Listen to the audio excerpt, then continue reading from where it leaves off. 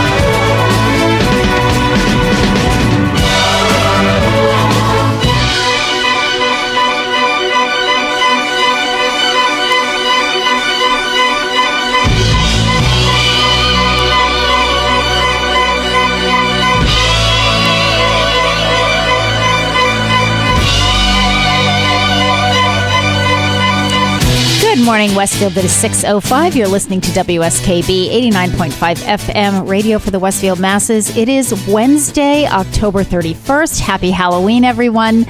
My name is Tina Gorman. I'm your Wake Up Wednesday host, and I'm in studio right now with producer Pete Coles. Good morning, Pete. Good morning. On this very chilly Wake Up Wednesday. Yes, 27 degrees this morning, 29 in West Springfield for those of you who are on that side of town. Going up into the low 50s. It is chilly out there. Frost on your car, so if your car was out, you're gonna have to give yourself a couple of minutes to scrape it. Oh, we're getting the scrapers out. I'm not sure I'm ready for all this, Pete. And you know, it's Halloween, and this is what I always say about Halloween.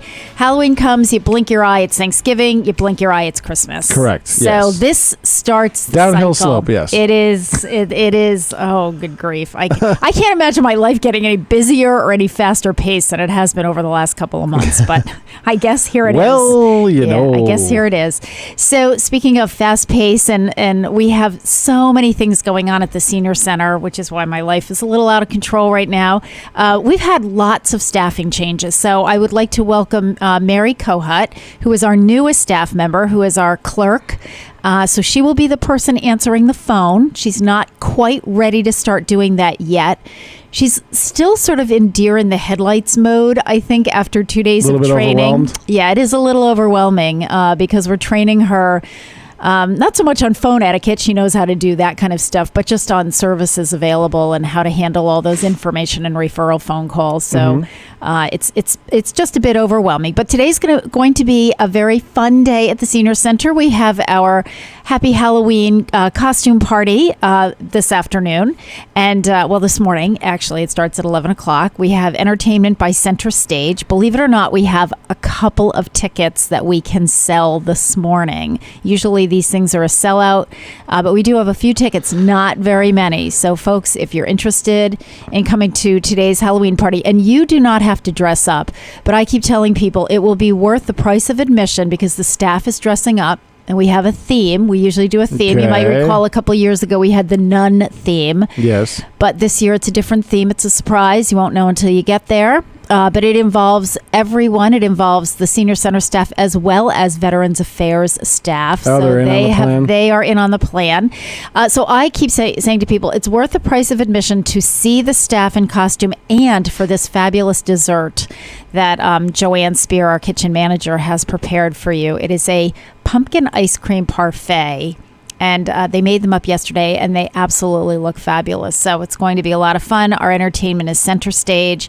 They're a great duo, Irv and Laura. They've been with us. They're the ones that I call in when I want to get a sort of a rockin' and rollin' party going. Yep. Gotcha. And I figure Halloween, they'll be all about that because they are just a lot of fun. So all of that starts today at 11 at the Senior Center. If you are taking children or grandchildren trick-or-treating tonight, please just, be careful. Wear reflective clothing, take flashlights so people can see you. Just be careful. I think I'm hearing different things on the weather, so I don't know. I'm hearing maybe some showery from Brian Lapis last night. Yeah, slight then chance. This morning they're saying probably not till later, but it is going to be chilly, so dress warmly out there. That is true. I apologize. I was not here last week. I hope that Pete did a best of show. A week before, maybe, because it was a really good show, actually. Oh, good. Okay, perfect. Yeah, we've had some really excellent shows lately. I was presenting at the MCOA annual conference, which is the Massachusetts Association of Councils on Aging. And I did a presentation on downsizing in place, which I've done that 2-part workshop series at the Senior Center. And I am going to be redoing that workshop series probably this winter. I'm thinking maybe February or March as people start getting ready for their spring cleaning. But it went over swimmingly well. Mm-hmm. So I have to tell you, this is a great, funny story that happened. I had done this presentation a month or so ago at the State Firefighters Conference.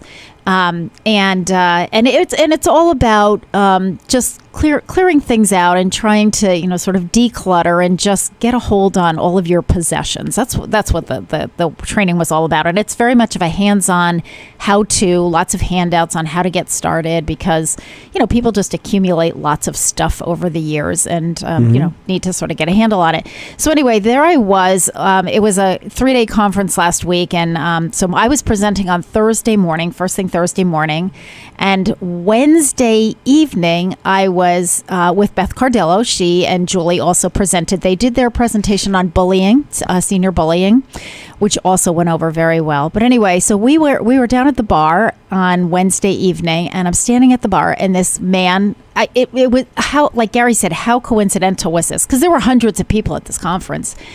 This man says to me, "Are you from Westfield?" And I said, "Well, yeah, I work in Westfield." And I'm looking at him, and I didn't recognize him. I'm thinking, okay. And I'm thinking he's a vendor, And he said to me, "I am a firefighter from Billerica." And he said, "I was at your training last month on downsizing in place." And he said, "It inspired me." So he said, I went home, and his daughter had moved back in with him. So I'm presuming that his daughter was maybe college age or just graduated from college. And he said, I went home, and he said, I'm looking around my house, and he said, we just had like stuff everywhere. And he said to my daughter, "That's it." Because of course I color coded the handouts for them, on how to get started on this process. So he said, I took all my color coded handouts, and he said, we spent about 2 weeks just cleaning up, donating to charity, recycling, throwing out, giving away. He said it was freeing. He said, I keep looking around my house thinking, this place looks like a different house. That's my plan for the spring. Yeah. Yeah. Well, I've got all the handouts for you, Pete. Okay. I really do. And I was thinking about a construction dumpster. Well, it can be overwhelming, and not everything has to get thrown out. I mean, there are lots of things that can be given away and donated and so forth. But anyway, it was a great conference, but I'm back. Halloween.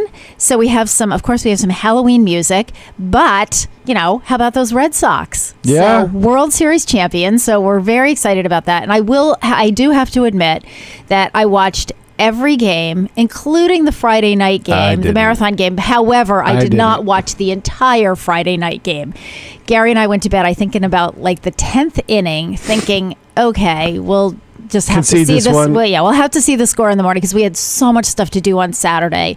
So went to bed. Gary wakes up the next morning, checks his phone, and he said, "Tina, you will never believe how long that game went. It was over 7 hours, 18 innings." I said, "Oh my God." Yeah, we went to bed. It was around midnight. Yeah. It's about as much as we lasted. I didn't want to jinx them. I have this apparent jinx on the Red Sox, so I didn't want to jinx them. So I I didn't watch a whole game. Yeah, you know I what, got Pete? parts of games. That's so funny because I did the exact same thing. Even the final game. The final game, I tuned in around the seventh I was inning. kind of tuning in and out, and I was like, okay, we're safe. And then, it was fun. But anyway, congratulations to the Red Sox. We're really proud of them. And The parade is today at 11. The parade is today, and People are going. Oh, Nick and John Najowski are going. My program director, Mary Lou's son and husband they're all about it. I guess they went the last time, and so they're all excited. Yeah, people are definitely going. So hopefully good weather for them. It'll be chilly, but I think it'll be, dry. Yep. So it should be a great parade, and we're excited about that. And Patriots had a nice win the other night, so we're rocking and rolling in Massachusetts and New England. So all good. People who are under 25 have no idea what we suffered through. Well, No that's idea at all. absolutely not, because the Sox don't know. have done so great in the last 15 years or so. Celtics won during that time. I think the Bruins won. Yeah. Patriots win. Red Sox win. They don't have no clue what we suffered as fans. None. Yeah, it kind of would have been nice if the Sox had actually won that last game in Fenway. However, I was ready for them to Finish just take them. it because we needed to get some sleep. Do you realize that every series they won in this postseason was in the visitors' ballpark? Yes. Well, I remember. Yeah, I knew the Yankees was. Oh, that's right. Houston and so was too. Houston. That's right. Yep. That one I forgot about, but I knew the Yankees was. And That's called making a statement. It is making a statement. And you know what? Congratulations to Alex Cora. I love him. I just love him. One of the least paid managers in baseball. Is he really? Yes. He's tied for last. I love his demeanor. He doesn't get rattled. He doesn't get defensive when, people, why did you do this or why did you do that? I just think he's an awesome person. So I was pretty excited about that win. All right, it is 6:15. You're listening to WSKB 89.5 FM, radio for the Westfield Masses. We have lots of stuff going on today. Before we take our first break, let me tell you what the lineup is. So we have Bill Westerland from Artworks, who will be here shortly, and he will be on first hour talking about Artworks and what's happening in Westfield and some upcoming programs that they're doing. And then second hour, I have Julie Barnes, who is the Director of Veterans Services for the City of Westfield. Julie is fairly new to the job. She kind of did it part-time to transition in until she took over full-time when Bobby Callahan retired. So she's kind of settled in. And of course, Veterans Affairs is located at the Senior Center. So so we're going to have Julie on second hour. We have lots of announcements. We have so much stuff going on at the Senior Center that I'm not even going to do any other announcements for Westfield because there won't be time. Yeah, too much stuff going on. So this one goes out to our Red Sox, Dirty Water by the Standells. I'm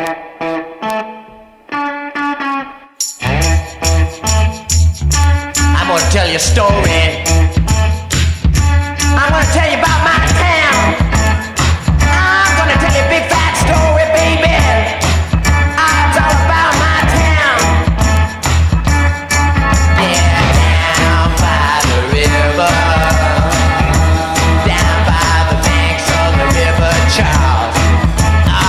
That's what's happening, baby.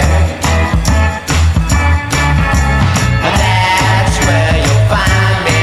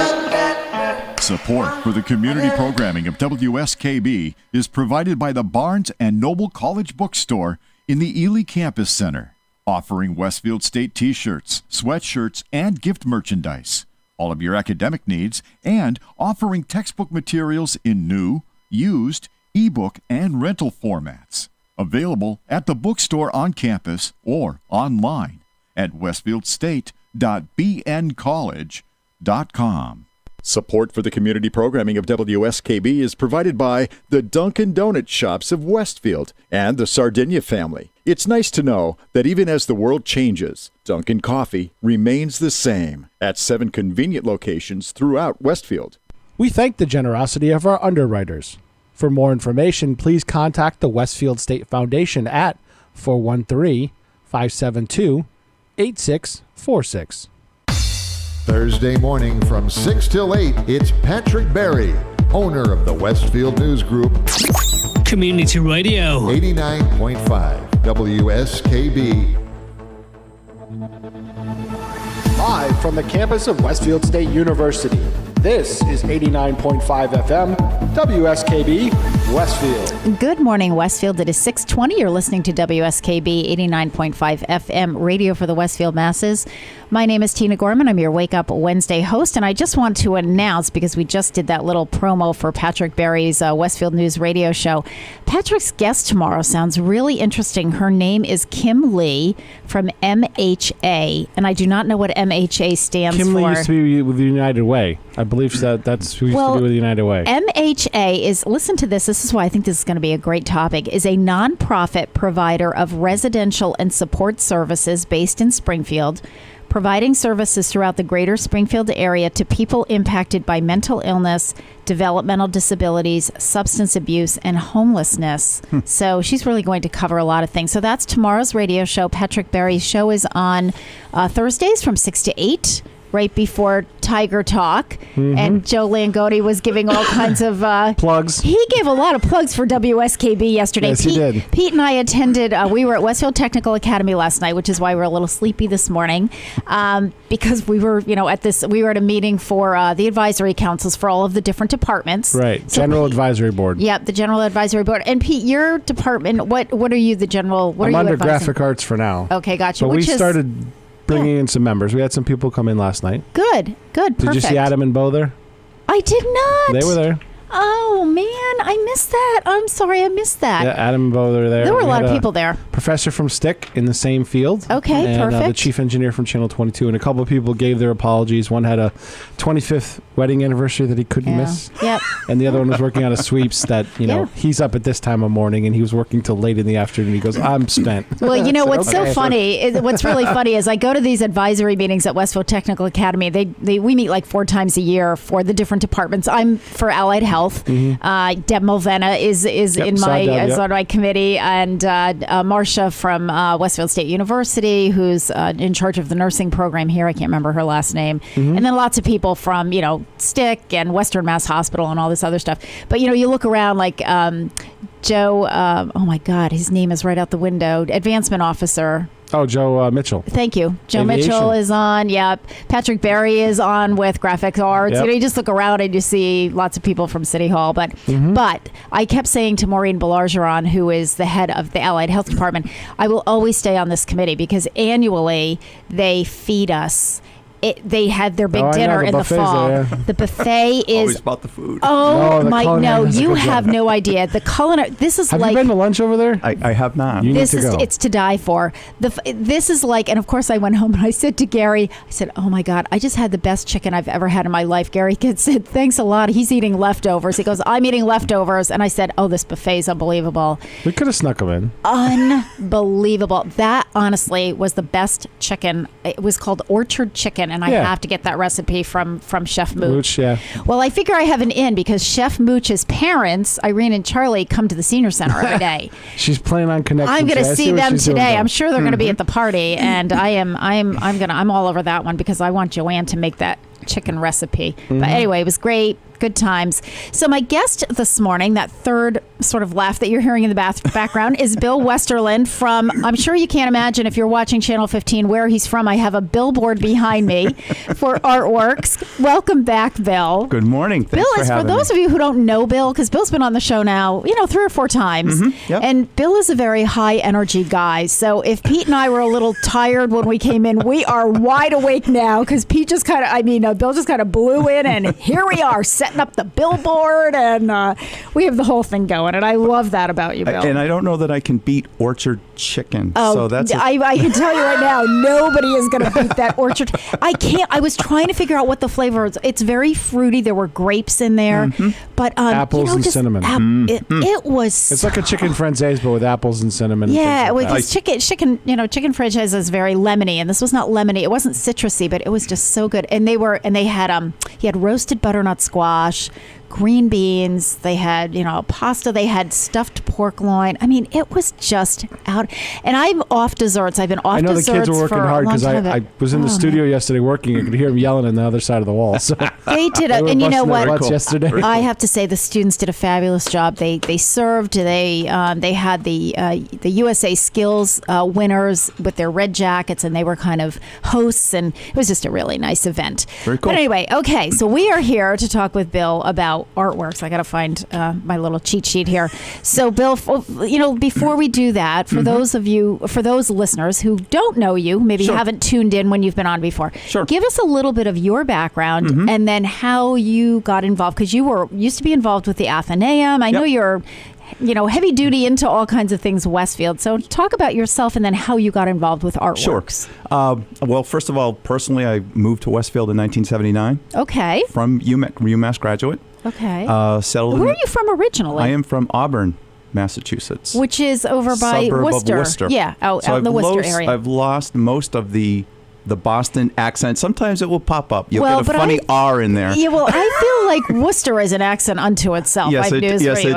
You really don't hear that much. Yeah. So, settled in the city. Okay. I was president of the Friends of the Westfield Athenaeum starting in 2011. Okay. And I stepped away from that to form and work on Artworks of Westfield Inc. So, we started in 2015 as like this online entity, just kind of a meeting place for artists.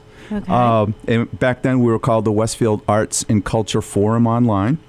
And then I have to tell you, I like Artworks a lot better. Artworks Westfield. It's simple, and I love it. I think it's a great title. So we rebranded it to Artworks Westfield. We became a brick and mortar entity, became a nonprofit, got our 501c3, and here we are today. We officially like to say we started in 2016 as far as brick and mortar starting events. Yeah, that's what I was going to ask. Like, when do you consider yourself, That's our birthday. April 2016. 2016. So we've been at it for, just over 2 years. Yeah, just a little over 2 years. And it's been great, and it's been catching on and just kind of growing like crazy. It feels like we've got some nice traction out there. Yeah. I agree with you. I think it is growing, and I think you're right. I think that's a good word. I think you've got some traction now, and things are kind of moving along. What do you do for a living? I mean, what's your real job?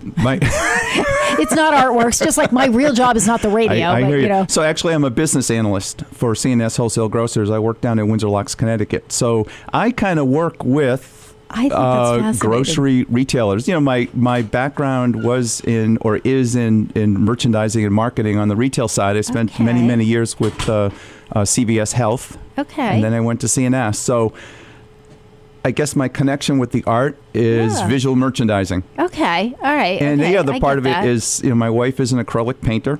Oh, and we love the arts. We subscribe to Jacob's Pillow, so we go up there in the summertime for dance and concerts. So, that's my connection with the arts. Okay, that's really, really neat. And I see the arts flourishing in so many communities in so many different ways, and that's what really attracted me to this. Is I sensed there was a need or a void in the city that could be addressed, from the artist perspective. We've discovered there's so much talent out there in terms of, gallery art. We have a ton of authors and poets in Westfield, musicians. So it's how do you bring that talent out and give it a platform on which to display itself. And that's basically what we're trying to do.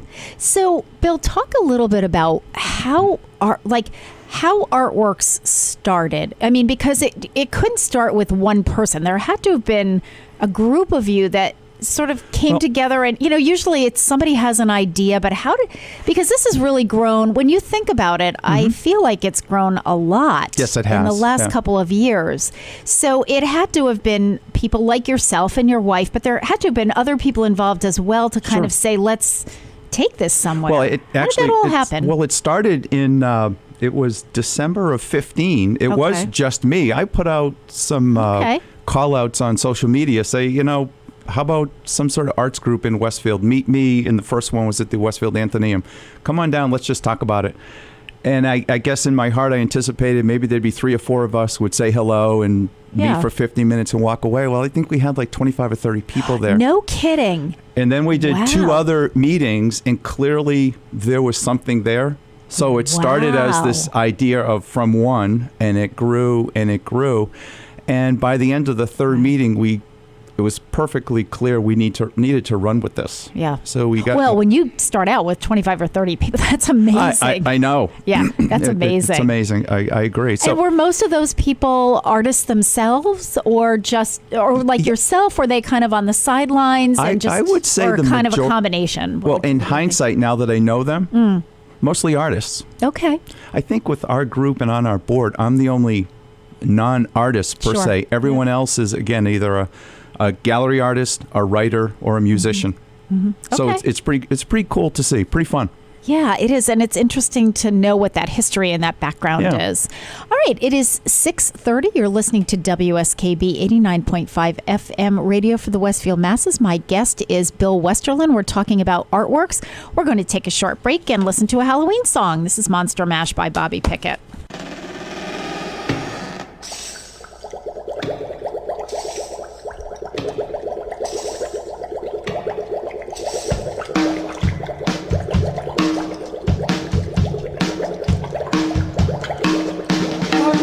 In the lab late one night, when my eyes beheld an eerie sight, for my monster from his slab began to rise, and suddenly, to my surprise, he did the monster mash. It was a graveyard smash. It caught on in a flash. He did the monster mash. From my laboratory in the castle east to the master bedroom where the vampires feast, the ghouls all came from their humble abodes to get a jolt from my electrodes. They did the monster mash. It was a graveyard smash. It caught on in a flash. They did the monster mash. The zombies were having fun. The party had just begun. The guests included Wolfman, Dracula, and his son. The scene was rocking, all were digging the sound. Igor on chains, backed by his baying hound. The coffin bangers were about to arrive with their vocal group, the Crypt Kicker 5. They played the monster mash. It was a graveyard smash. It caught on in a flash. They played the monster mash. Out from his coffin Drac's voice did ring. Seems he was troubled by just one thing. Opened the lid and shook his fist and said, "Whatever happened to my Transylvania twist?" It's now the monster mash. And it's a graveyard smash. It's caught on in a flash. It's now the monster mash. Now everything's cool. Drac's a part of the band. When my monster mash is the hit of the land. For you, the living, this mash was meant to. When you get to my door, tell them boys thank you. Then you can monster mash. And do my graveyard smash. You'll catch on in a flash. Then you can monster mash.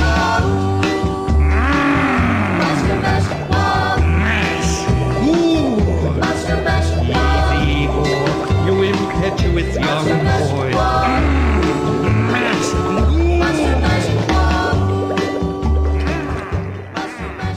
Support for the community programming of WSKB is provided by Bay State Dental. Comprehensive dentistry at 14 convenient locations in Springfield, Chicopee, Longmeadow, West Springfield, Belchertown, East Longmeadow, Ludlow, Northampton, Greenfield, and Wilbraham, as well as 29 Broad Street in Westfield. Bay State Dental makes it a priority to help you achieve and maintain the healthy smile you deserve. On the web at baystatedental.com. We thank the generosity of our underwriters. For more information, please contact the Westfield State Foundation at 413-572-8646. He rules the roost on Thursday from 6 till 10. It's Patrick Berry. Community Radio. 89.5 WSKB. Live from the campus of Westfield State University, this is 89.5 FM, WSKB, Westfield. Good morning, Westfield. It is 6:35. You're listening to WSKB 89.5 FM radio for the Westfield masses. My name is Tina Gorman. I'm your Wake Up Wednesday host. I'm in studio this morning with the chairman of the board, producer Pete Coles. Good morning, Pete. Good morning. And our guest this morning is Bill Westerlund from Artworks. Good morning again, Bill. Good morning. So we've talked a little bit about the history and how Artworks got started. What role does Artworks Westfield play in the growth and evolution of the arts and cultural scene in the city, or at least what does the board envision on that, or what does the group envision on that? Well, let me just preface to say that when we first started this thing, it was the feeling was, do we need this? Is there any interest in that? Sure. And quickly we discovered there was.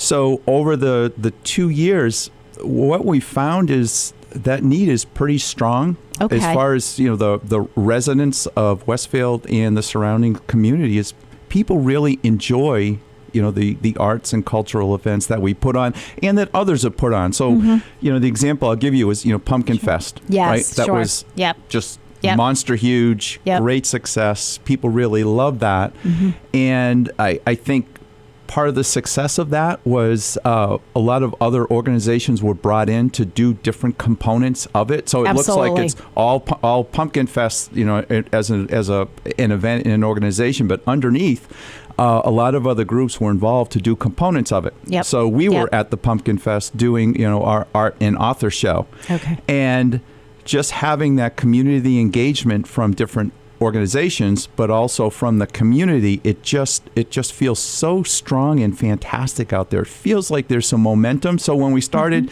we didn't even know that there was a puzzle to solve. Now we see there are actually puzzle pieces out there. We're at the point now where how do we connect all the dots and get everyone kind of swimming in the same direction and leveraging all our talents to grow the arts in Westfield. The vision, I think, of downtown. Okay. And then I think of like in East Hampton or Northampton or Amherst or even Pittsfield, they have a cultural area. They have art walks, things like that. That's our vision right now. We're kind of tinkering with art walks in downtown Westfield. Okay. And how do you create this, I guess it's a beachhead for a cultural district down the road. Okay. Which would be awesome. I mean, Great Barrington just got designated as a Massachusetts cultural district. So, and that has a lot of economic benefits to it. So for the residents, for the city, for the artists, for the creators, I mean, it's a rising tide that would lift all boats. That's what our vision is. And it'd be so cool if down the road Westfield could get to the point where we're designated as a cultural district. That'll take a lot of work. Yeah. But Yes. it's a lot huge. of governmental work, and the government moves very slowly. Yeah, I know. So that's why I say down the road, like years. I just find But it you really gotta nice. start. I just find it really nice that all the groups that are sponsoring the arts in town really work together. Yes. And that's a friendly competition. It's like a Yes. friendly rivalry. It's not a I hate you, I hate you. I know it's really we're friendly. better than you are. And that's Yeah. the change and the sense I feel in the city is working together. It isn't like, everyone's fighting for a slice of the pie. It's almost Right. like the pie is getting bigger, which is so exciting to see. And I think Hey, can you help me on this one? Yeah, You know, I that kind think of the thing. catalyst, and I'm going to call out Lucille Nason, who was Yeah. a real driver of Pumpkin Fest. I mean, she was really driven to be inclusive, to get different groups in. And I think, that's the glue that's going to hold things together as we move Absolutely. forward. So as a city, as a community, let's just work together and build this thing up. So we're really, really excited about the possibilities out there. You know what, Bill? I was thinking as you were speaking, and you were talking about the growth of artworks and the interest of the community members. My personal thing is part of that is because we live in a world right now that can be so negative in so many Right, ways and so exactly. stressful in so many ways that I think art and the cultures, in some sense, it's almost like an escape, Yep. in a nice way, in a good way, in a creative way. So I think that may be part of what's driving it. One of the things that bothers me is I think that in our schools. When I was growing up, and that was, I'm in my 60s, so I'm going back. But, when I was in elementary school, even into middle school, we had art and we had music and that was part of the everyday curriculum. It wasn't, Right. like that was a special thing that you had to come after school.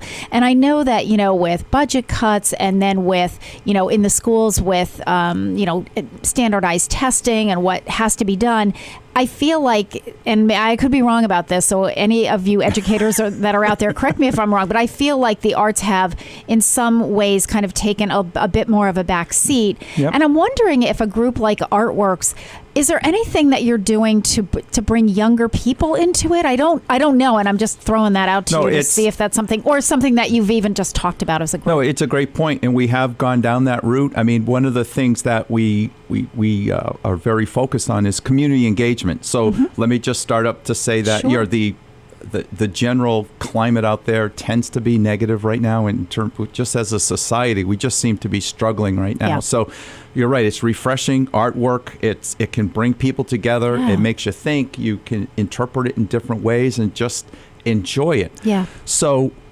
our outreach to the community is we have reached out to the Westfield High School, the art department, art Nice. teachers. So we Nice. want to bring them in. At our last art walk, we had a very interesting group.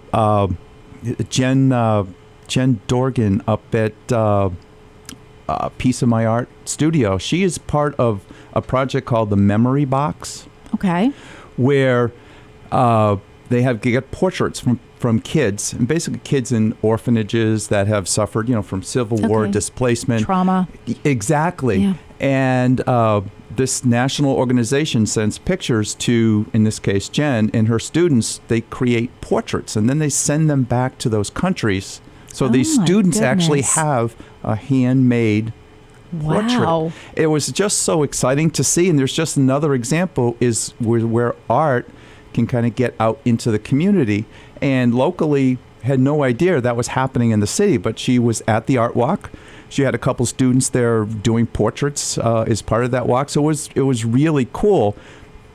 And getting back to your point about engaging different groups That's an and awesome people idea. in the community, we're that's one of the avenues we want to take. We do a lot of events, but we don't want to be perceived as just doing events, although we like them. We don't want to be perceived as like a production company is doing Yes, I just understand. events. Yes. We want to get that community engagement. So it's with social organizations, it's with the artists, bringing the artists together so they can kind of, commiserate about what's happening with what they're doing. Well, it's interesting because I always think I used to do a program called where it was art with special populations, and we talk, and in that we talk, and I'm not an artist, but in that we talk a lot about the process versus Right. the finished product.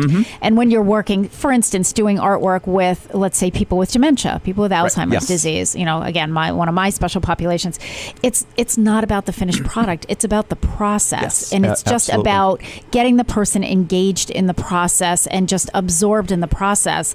And whatever the finished product is what the finished product is. I mean, Right. it's no different than, your 3-year-old brings home an art project from preschool, and you don't say, what is is that supposed to be? It's kind of like, oh my gosh, that's so interesting. Tell me about that picture. Because what you really want to know is, maybe the child is going to say, well, I look at all the colors I used, or, I learned how to make a circle today, whatever it is. It's about the process. It's that engaging as opposed to whatever the finished product is. Right. So I think that's part of what you're saying too. It's the shows are sort of the products, which are great, and the events, and those are important and fun for everybody. Yep. But there's also that process behind the scenes. And that's so even important. at those shows, folks can engage with the artists, because the artists love to talk about their work.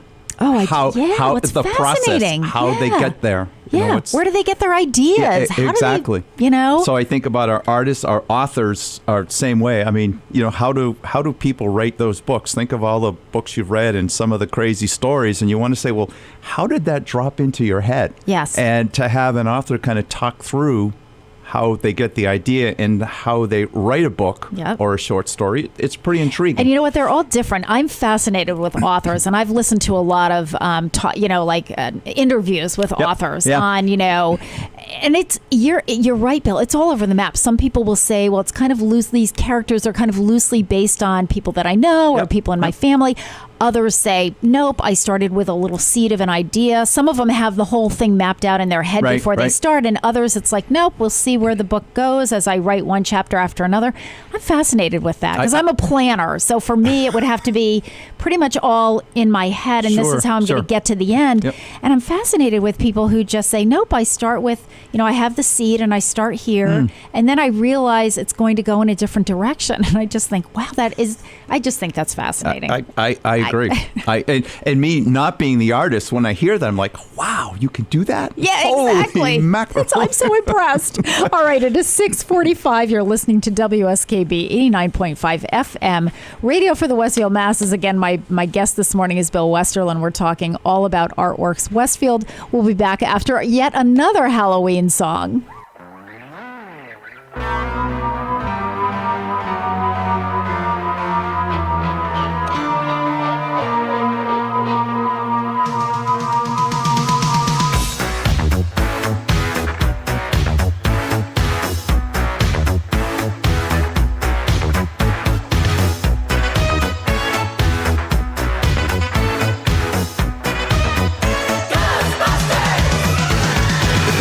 Strange in your neighborhood.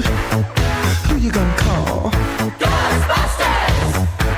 If there's something weird and it don't look good, who you gonna call? Ghostbusters!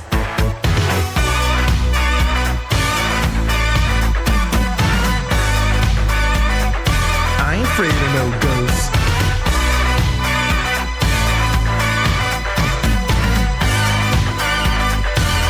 Afraid of no ghosts.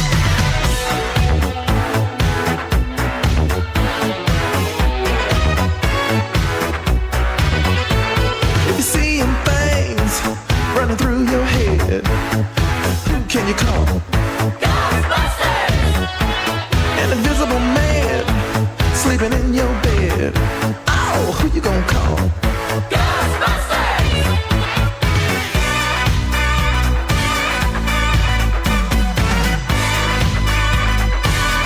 Afraid of no ghosts.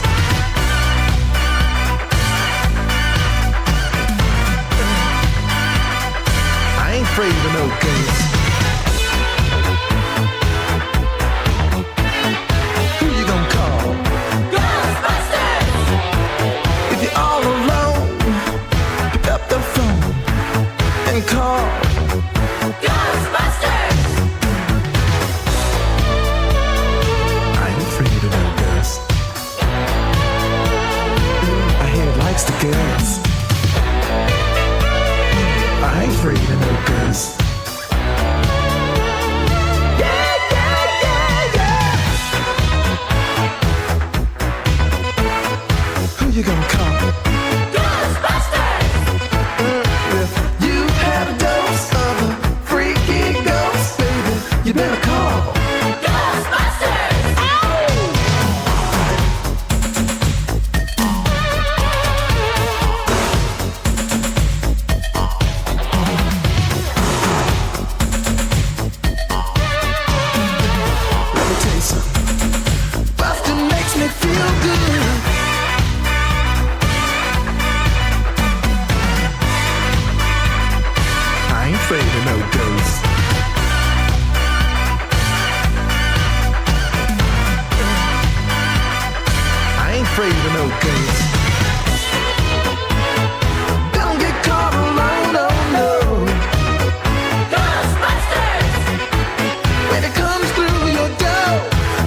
'cause I want some more. I think you better call Ghostbusters!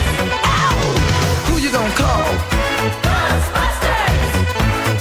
Who you gonna call? Ghostbusters! I think you better call Ghostbusters! Who you gonna call? Ghostbusters! I can't hear you. Who you gonna call? Ghostbusters! Louder! Ghostbusters!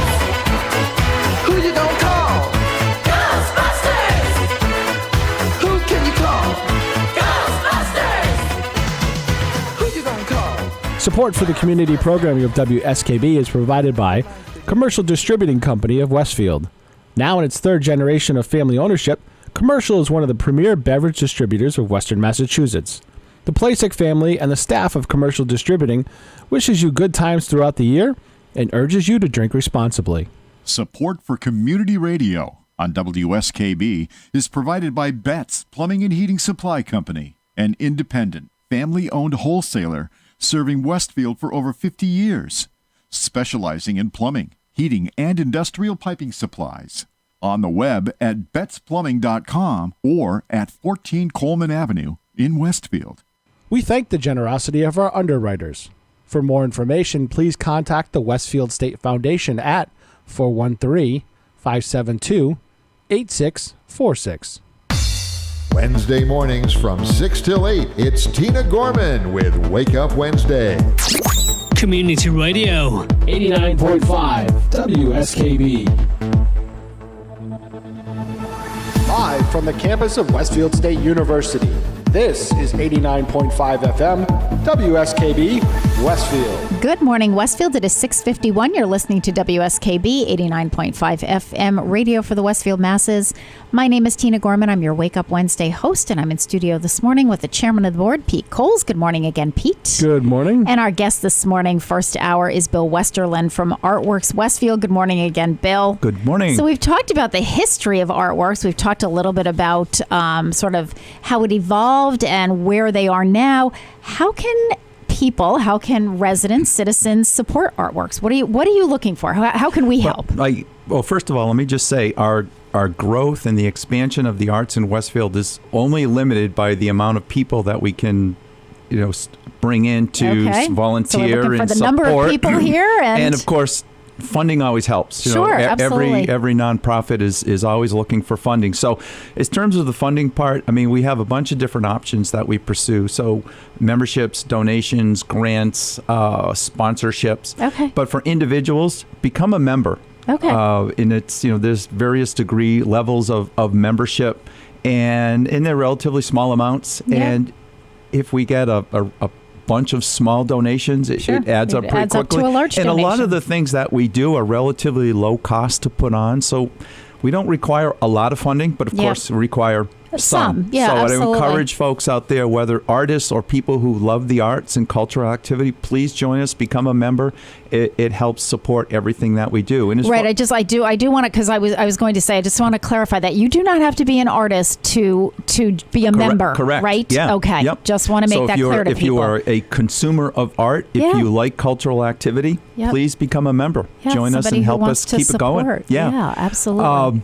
And then in terms of volunteerism, I know a lot of folks, when they're asked to participate in something that's, that fear, I don't have any time, I have a lot of responsibilities, which we all do. Sure. So any small contribution, if you want to sit on a committee, Yep. if you like writing, if you want to write some copy for us, and if you want to work at an event, just one event, you want to help us out at the event, that is great. Every little bit helps. We greatly appreciate it. Yeah, I think that's, Pete, that's the hardest part, is to find volunteers for the events. And I think when you ask for volunteers, that scares people away. Right. So but here's my thought, here are my thoughts about that. So typically because what I try to do is I'll say to people, as you do, we've talked about this, and Bob Plass and I've talked about this on the show as well. It's,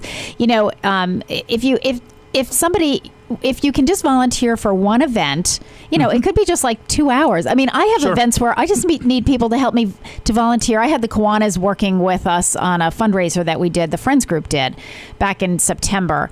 And we had like a group of 4 Kiwanians who just came and set up for me. So they were there 9 o'clock on Sunday morning, took us about an hour. Done. Thank you so much, because if I had to do that myself, it would have taken me about 2.5 hours, Yep. And then I had a different group do cleanup and, then I had a different group helping during the event, which was, again, 2 hours. So, if you could break it down into those, we don't need you for 3 weeks prior to the event. Right. I think that's what people get scared of when they say, I agree. I'm volunteering. Do one small piece at the event, take the tickets or, help clean up or help sweep the floor, whatever it is. And then, my guess is what typically happens with a lot of volunteers is they meet people. Yep. They find out this is a lot of fun. Yep. I don't really have time, but I'm going to make time, which is what we all do. Very true. And I think that's one thing about our group is one, we are fun. We're a fun group. Yes. And we're kind of loose and flexible, and we just have fun. They're artists, artists are cool people. So sometimes sometimes with some groups it gets a little, or any kind of nonprofit, depending on the size, it can get maybe a little bit stuffy and structured. But we're trying to keep it loose and friendly and have fun, and I think when people actually come out and work with us, that's helps them stick too. Like, wow, this is pretty cool. This is a fun time. And if there's any group that I would think would not be stuffy, it would be a group of artists. I mean, especially because your group is so varied. You're not just, you're talking about painters and sculptors and writers and musicians. I mean, that's a very eclectic, creative. So group. I find sometimes at meetings, I'm kind of like the herder. I'm pulling. Yes. It gets so wild. Somebody has to be, okay, let's get back to the agenda come item on in. here. We want to have fun, but we got to get a little bit focused here. But it is a good time working with everyone. Bill, how do people find out about what Artworks is doing? How would they know? I read about it. This is my shout out to Patrick Berry, but I do read about a lot of it in the Westfield News. Yes. So that's one source of information. So how else? Website, artworkswestfield.com. Okay, artworkswestfield.com. Yep. And social media. Right now we're on Facebook. So there's the group page, and there's our page. So the Artworks page, we basically publish on that. The group page, anyone can publish on that, post on that. Okay. So that's the difference between the two. Okay. So a lot of information is there. That's how we keep people informed. And I've seen flyers, floating around, especially when you've got an event coming up. So absolutely. So there's a lot of different ways that folks can reach out and see what we're up to. And speaking of what you're up to, and speaking of flyers and events, what are you up to? Okay. Talk about some of the upcoming events. So we got 3 really cool things coming up over the next couple months. And first of all, Art Walk Westfield. Mm-hmm. It's the 3rd Friday of every month from 5 to 7. I did not realize that was a monthly thing. Yep, and that's part of perfect. Our challenge, again, is getting the word out. We started this in June, and we want to have it once a month. Again, it's the 3rd Friday. It's in downtown Westfield. Yeah. And it's kind of like pop-up art shows. Okay. So it's within a contiguous group of merchants downtown. So Blended Vintage Marketplace, Mama Cakes, Two River Burrito, Rosewood Home and Gifts, and Fast Feet. Are they all on the same side of the street, yes. right? Okay, they're all on the same side of Elm Street. We wanted to start to keep it all together so people could walk from shop to shop to shop. And each month we have a different artist set up there. We've had authors, we have buskers, we have musicians. In the summertime, it's easy outdoors. Yes. Wintertime, it's going to have to work things indoors. But at Blended and Mama Cakes and Two Rivers, there's like permanent gallery installation. So the artists will have their pieces up in those shops for the entire month. And then at Rosewood and Fast Feet, it's just for that one evening. Their spaces are a little bit different. Yeah, a little limited. So the it's third Friday of every month from 5 to 7 downtown. We like to call it, Friday night out. Come on downtown. What a great idea. Grab dinner, have get dinner a drink, someplace. and just stroll along the sidewalk and get That's out pretty and neat. Explore downtown Westfield. That is really pretty cool. We, in my mind's eye, I'm thinking, this is the start of the Gaslight Gallery District. Yes. And can you envision, Yes. once you cut through all the governmental stuff, down the road, you have downtown Westfield as this cultural district. But, That would be so cool. So this is the start of that. And that's what you need. I mean, you need visionaries, because otherwise it's people are going to say, oh, wouldn't it be really cool if? Well, yeah, but let's this is our stab at it, and it's been really fun so far. Again, summer months are a little bit more fun because you're outdoors. It's like a party atmosphere. You have the table set up in front of the restaurants. Right now, I mean, I think right now we're heading into the holidays, yes, so that's indeed. that's another thing that's I think will bring people down. So I think that's gonna work. So November 16th, and December 21st. Okay. And the theme of December is small art. Love so it. with holidays in mind. Yep, love it. The largest, it can be 100. The piece of art can be 154 square inches. So as people are doing the artworks, as people are doing the walk, though, Bill, are they can they purchase? Absolutely, yeah. Okay, that was my thing. Okay, the artists are there. We have demos going on. Nice. All the artwork is for sale. Okay. So this is a case of the rising tide lifting all boats. So you got art. You have, the merchants that are hosts or have folks come downtown, and it's something for the community. It's supporting your local community. Yeah, absolutely. And in this case, it's supporting both your local businesses as well as your local artists. And I got to say, how nice. These businesses, the owners of these businesses have just been fantastic. Yes. Super folks. Super big shout out to our local downtown businesses. Absolutely. Great folks to work with. Nice. So the second thing is... so that's number one. Giving Tuesday. All right, Giving Tuesday. What's is that November about? 27th. That's a national event. So you think you have Black Friday, Cyber Monday, and then they position it as Giving Tuesday. This is where the community kind of gives back to nonprofits and local groups that are supporting the community. So we're having a Giving Tuesday party at Two River Burrito. Okay. And that's going to be from 5 to 8. We're going to be not auctioning off, but raffling off some artwork. Nice. We're going to have live music. And basically it's a place where artists and residents can come, and it's like a meet and just talk about art and just celebrate the arts in the city. Nice. And I also, I would just here's my other thing. It's that, if you have people in your family that have everything and don't need anything, do a donation in their name. Absolutely. So many people have enough stuff. Yeah. Yes, of course. Awesome. I'm busy doing, workshops on downsizing in place and getting rid of stuff. And you know what? It's interesting because when you do that, when you downsize and you get rid of stuff, you start to think of other ways that you can, gift give. It's a whole different ball game for me now. It's like, okay, do we need more stuff? But can I do something? So support a local organization. What a great way to. And the third gift. Yes, and the really third thing is the Images of Westfield Art Show. Okay. This is going to be our third season. In the first two were done at the old town hall. Yep. But good for the church, but bad for us. That has been sold, so we don't have access to that. Okay. It was a wonderful old building, and we love to work in places like that. Pieces of real estate that are unused or underused. Yeah.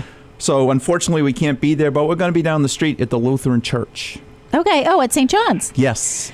St. John's Lutheran Church. You know what? They come through all the time. Well, I actually had to move the senior center down there for a while. Did you really? Yep. Yes, for 11 months. And again, another example of great folks. Yes, Open arms. They are It was awesome. just fabulous. Can't say to enough see. about them. They're awesome. So that's going to be December 7th, a reception from 6 to 8. And then Saturday the 8th will be the art show from 10 to 5. Okay. And that's going to be gallery art. And St. John's is a nice big space. Yes, so you'll really be able to yes. spread out there, and that's going to be wonderful. Yep. And they've got great parking. Yeah, we look for the parking. Oh, that's going to be that's a great accessibility venue. Which is why I moved the senior center there when they were doing all the construction and the tear down of Rockies and everything. Yep. But St. John's that's a great location for that. So good stuff coming up. We're excited. All right, Bill Westerlund, thank you so much. I love having you on the show because I'm telling you, if you were sleepy before, you are wide awake now, and we're all pumped up. Everybody gets jazzed up, and I think Artworks Westfield, you are just the right person to be out there. Thank you. Look at this. We've got signs. I've never had a guest do that in 3.5, 4 years. Wow, whatever. really? Yeah. So it is 7:03. You're listening to WSKB 89.5 FM radio for the Westfield masses. We will be back in just a few minutes. And for some announcements, we have to do famous birthdays, and we have Julie Barnes from Veteran Services here joining us.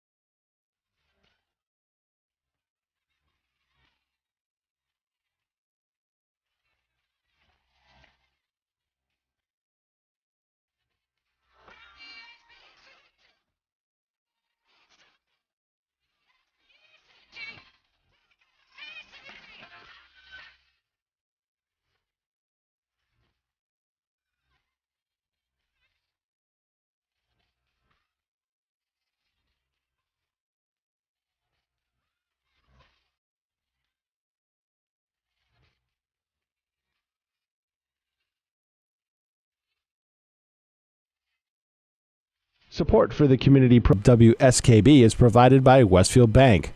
For more than 160 years, Westfield Bank has been an important community presence and commercial leader in the Pioneer Valley. With convenient full banking services in Westfield, West Springfield, East Longmeadow, Agawam, Feeding Hills, Springfield, Southwick, as well as Enfield and Granby, Connecticut, visit us on the web at westfieldbank.org. We thank the generosity of our underwriters. For more information, please contact the Westfield State Foundation at 413-572-8646. Wednesday mornings start off right from 6 to 8 a.m. with Tina Gorman and Wake Up Wednesday. Community Radio. 89.5 WSKB. Live from the campus of Westfield State University, this is 89.5 FM WSKB Westfield.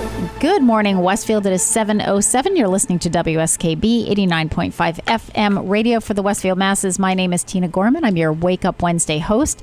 So before we get too much into anything else, Pete, we have to do famous birthdays. We haven't done famous birthdays yet. And okay. Of course, we have a song that has to do with this. So October 31st, who do you think was born on Halloween? So it is the birthday of a couple of news anchors, believe it or not. First one being Dan Rather. He was born October 31st, 1931 in Wharton, Texas. He's 87 years old today.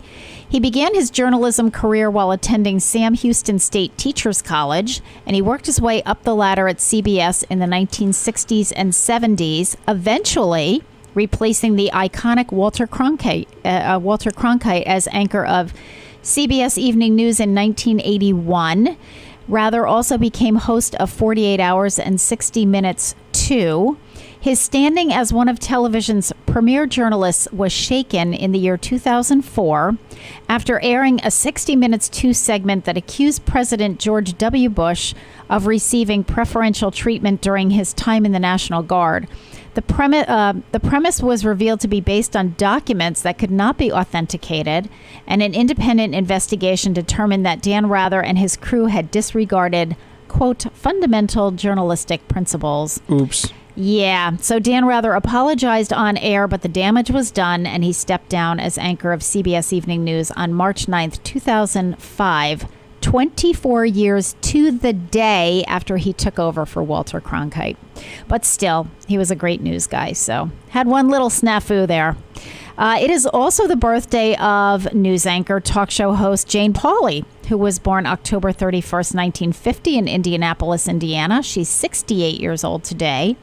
In 1976, Jane Pauley joined NBC's Today Show as a correspondent and later co-anchored with Tom Brokaw and his replacement, Brian Gumbel.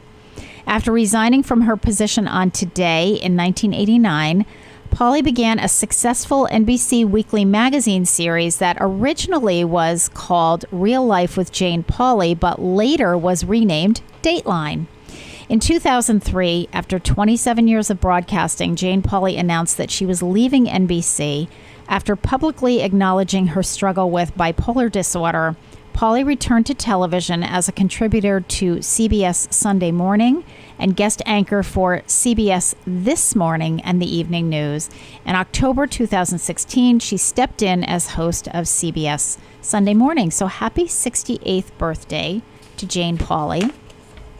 It is also the birthday of the late Dale Evans, singer, songwriter, actress. She was born October 31st, 1912 in Uvalde, Texas. She died in 2001 at the age of 88. Dale Evans got her start singing on radio before appearing in film opposite Roy Rogers, the King of the Cowboys. Eventually, they married and became one of Hollywood's best-loved couples. They appeared together on television for decades and were well known for their theme song, Happy Trails to You, which Evans wrote. Known fondly as the Queen of the West, Evans died of congestive heart failure. And finally, it is the birthday of the late Michael Landon, television actor. I'm keeping with the Western theme there. Yeah, I gotcha. I had the news theme. I got the Western theme going. So Michael Landon was born October 31st, 1936 in Queens, New York, and died July 1st, 1991 at the young age of 54. Born Eugene Morris Orowitz, He changed his He changed his name to Michael Landon after entering acting school. Landon appeared in several notable roles, starring in the film I Was a Teenage Werewolf, which kind of ended up with a cult following. He then endeared himself to audiences as Little Joe in the television Western series Bonanza, which ran from 1959 to 1973 and became the #1 show on television from 1964 to 67. He then starred as Charles Ingalls in the wholesome family television show Little House on the Prairie from 1974 to 83, and that was based on Laura Ingalls Wilder's book series.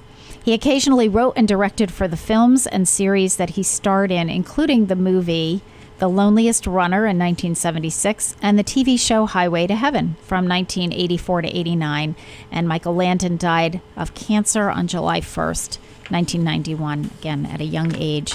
So happy birthday to all of our folks over there. And I also have to sprinkle all of these announcements. Good luck with that. Yeah, over the next 50 minutes or so as we bring our guest in. So I want to start with just two announcements. One is, please remember, for those of you who utilize programs and services at the Senior Center, that our monthly newsletter, The Voice of Experience, the November issue, is out. It hit the streets. Always a shout out to Barbara Coleman, who helps to get those newsletters distributed, and my staff, who we send all over the city with newsletters. You can get them obviously at the Senior Center, but they're also in a lot of the doctor's offices, at the pharmacists, area pharmacies. We got them at Stop and Shop. We got them all over the place. The Bay State Noble Hospital, the Athenaeum, they're all over. So grab your copy. There is so much going on in the month of November. It's going to be hard to get through all of this. Before I bring my first guest on, I just want to announce our big thing that's going on this week, other than our Halloween party this afternoon, which is going to be huge and wonderful and fun. But this Friday, finally, we have an invitation out. You are cordially invited to attend an open house and ribbon cutting for the first of its kind Westfield Senior Center Senior Safety Office. So we are finally opening up our Mark has a home. Mark has a home. Actually, IT was there yesterday. Jeremy was there yesterday getting his computer ready. He'll come back today, and Rick, and they'll get his phone set up there. So Mark Carbonneau, who is one of our community police officers, there are 4 community police officers in Westfield. And Mark has been a community police officer for a number of years, and we requested a liaison to the police department at the Council on Aging about 11 or 12 years ago. It was right after I started at the Senior Center, and Chief Camerata was good enough to have us work with Captain McCabe, Mike McCabe, and Mike was good enough to give us Mark Carbonneau as our liaison. So we've been working closely with Mark for many years. When we decided to establish the Senior Safety Office, this will be Mark's home base. So, people have asked me, it's like, oh, will he be there all day? No, he won't be there all day. He's a community police officer. He'll be out in the community. Right. But when he comes back to do hang his jacket. Yep, hang his jacket, do his paperwork, his entries on the computer. And also, it will be a place for him to meet with seniors. And he said he will absolutely do that. So it won't be, a set office hour schedule, because he's 4 days on, 4 days off. So it's a bit of a crazy schedule. But, and also, just so you know, November is hunting season, and Mark has a lot of vacation time. So he kind of uses November as his vacation time, but we'll be around later on. So the ribbon cutting is at 9:00 this Friday morning.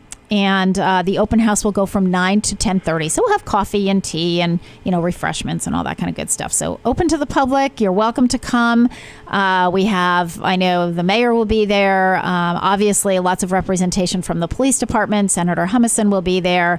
Hopefully, Emily Swanson from Rep. Velas's office will be there as well. So we are celebrating our senior safety office. It is, it's 7:15, so let's take our break, Pete. And when we come back, we have Julie Barnes, Director of Veteran Services for the City of Westfield, with us. This song is, this is in honor of the birthdays of Dan Rather and Jane Pauley. It's Secondhand News by Fleetwood Mac. I know nothing to say. Someone has taken my place. When times go bad, when times go rough, you lay me down in the tall grass and let me do my stuff. I know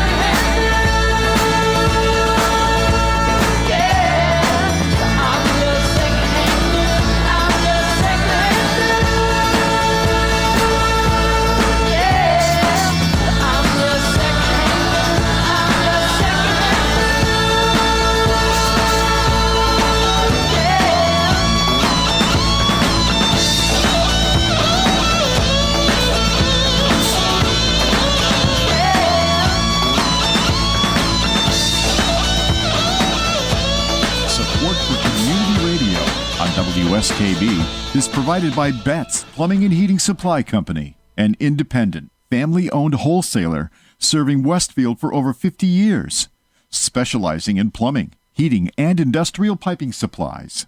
On the web at bettsplumbing.com or at 14 Coleman Avenue in Westfield. Support for the community programming of WSKB is provided by Comcast and Xfinity.com, offering Xfinity TV, Internet, home phone, and home security services.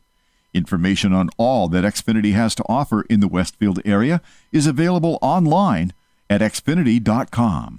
We thank the generosity of our underwriters. For more information, please contact the Westfield State Foundation at 413-572-8646. It's Tuesday morning from 6 till 8. Wow, it's Tuesday with Bob Plass. Community Radio. 89.5 WSKB. Live from the campus of Westfield State University, this is 89.5 FM WSKB Westfield. Good morning, Westfield. It is 7:19. You're listening to WSKB 89.5 FM radio for the Westfield masses. My name is Tina Gorman. I'm your Wake Up Wednesday host. And I'm in studio this morning with the chairman of the board, producer Pete Coles. Good morning again, Pete. Good morning. And our special guest this morning is Julie Barnes, Director of Veteran Services. Welcome, Julie. Good morning. How are you? I'm good. Thank you. You're wide awake this morning. Well, thank you for coming in.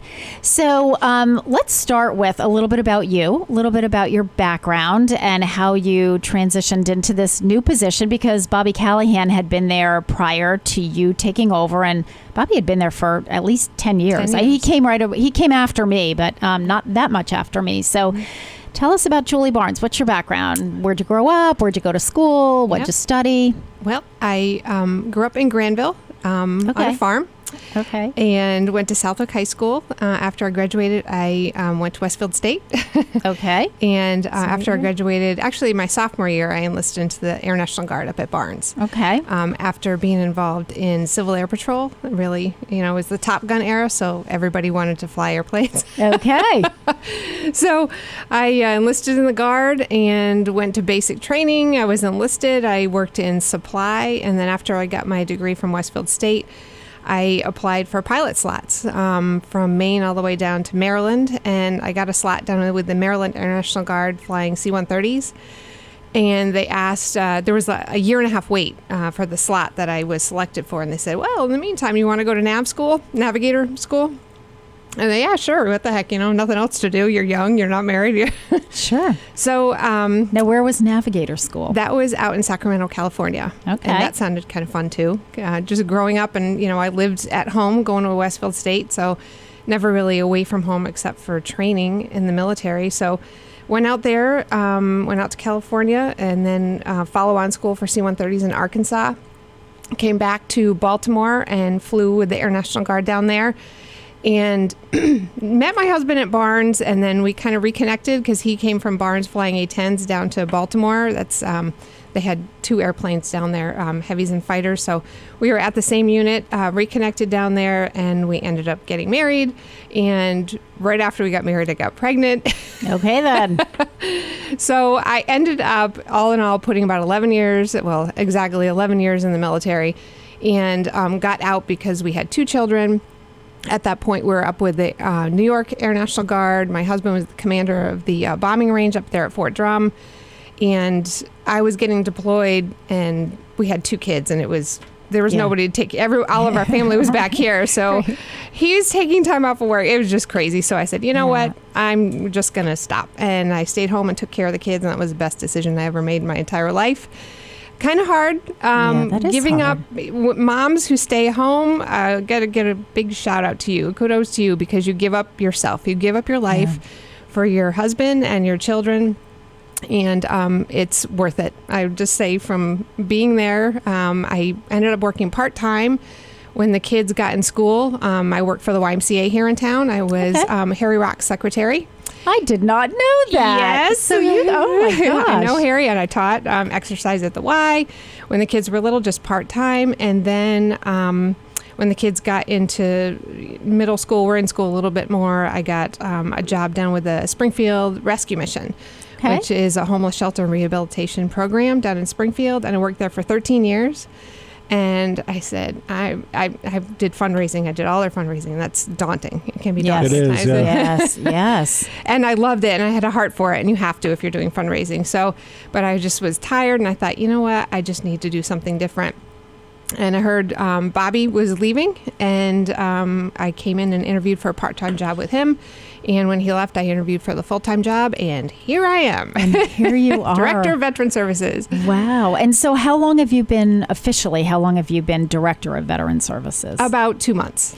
And how long were you working part-time in the Veterans Office before that, Julie? 5 months. So there was that part-time. little bit of a transition time, Yes. which is really nice. Oh my gosh, there is so much Absorbed to all this the job. institutional knowledge from Bobby. Holy cow. Yeah, Bobby's on call. He's got the bat line at his house, and I call him every once in a while, and he's so good to pick up the phone and help me out. There's a lot to this. I didn't even know these programs existed, and I think that's the problem. We've got a lot of veterans in our community, and a lot of them don't know this exists, and we could be helping so many people. Yeah. It's really interesting because I'm in the process of training our new clerk at the senior center, and and she keeps saying the same thing. It's like, and she's a senior, and she has been to the senior center, before, but she said, I had no idea that you did all this stuff. Yeah. I mean, and as you said, it's kind of challenging to get the word out. So, for me, I just have my own radio show, that's how I do it. But for you, we're going to talk all about what is available, and let's start with how many veterans, what are we talking about numbers wise, Julie? Right. So how many veterans are there in Westfield? So the population of Westfield is over 40,000. This was from the census Correct, last year. yep. And 5% of the population in Westfield are veterans. Wow. So that makes Okay. it a little over 2,000 veterens in Westfield. Okay. Yep. All ages? All That's not any ages. particular age group. Yep, Okay, so yep, any all veterans. ages. That was from the census. So there's probably more on the books now. And that's just the people who checked off that they're veterans. There's probably people out there who, they had some trauma, not so good memories. They might not even check off that they are a veteran. So there's quite a few people out there. And really, the amount of people that we see and that we help, there's only 88 on our books, which is quite a lot. There's 32 widows. So we've got the majority of people that we help, 75% of them are in their late 70s, 80s, Yep, 90s. okay. There's quite a few elderly people. And widows, which is so sweet to be able to help, the veterans, Yes. widows who stood by their side, and so many of them from World War II veterans, which is amazing. It is. Well, those veterans are really aging out Yes. because I know my dad served in World War II. My dad passed away now about 10 years ago and was one of the younger, World War II veterans. I mean, he was he enlisted kind of in between, like midway through college. So yeah, those World War II veterans are there. You're talking about people in their 90s at this Yeah. point for the most part. Yeah. You just have a heart for them too, And is there anything? How did I think I feel like I've had this discussion with James Jordan in your office before, but how is somebody defined as a veteran? Do you have to see combat or what? How do they define that? Well, it depends on what program you're going for. Okay. A veteran is somebody who served in the military and has an Okay. honorable discharge. It depends. If you're going for the VA, which we are not the VA, totally different. VA is Federal Veterans Affairs. Ah. It's a federal program. Okay. And they offer health care and compensation and pension. We in Massachusetts are an elite group. There's no other states that have every single city in their state represented with a veteran service office, and every city in Massachusetts has a veteran service office, and in that office there's officers who assist in administering federal and state benefits. Now we assist people who come in who have served World War II, Korea, Vietnam, Gulf, whatever, wherever they've served. They can come in and say, okay, I have PTSD, I have hearing loss, whatever. So we will help them put up their paperwork so that they can get benefits from the VA. Okay. Now, if they're low income and they're living in Westfield, we can also help them with a state program called Chapter 115, which is Massachusetts General Law Chapter 115, which helps low income people. There's different requirements for different parts of the program, but We're just there to help people. Veterans. So is that program, though, Julie, strictly funded through the state? Yes. Okay. State and city. The state funds Ah, 75%. The city funds 25%. So each city pays 25% of those benefits to people. We in Westfield have a large population of Chapter 115 beneficiaries compared to other areas. I think Russell, has one. We have 88. Okay.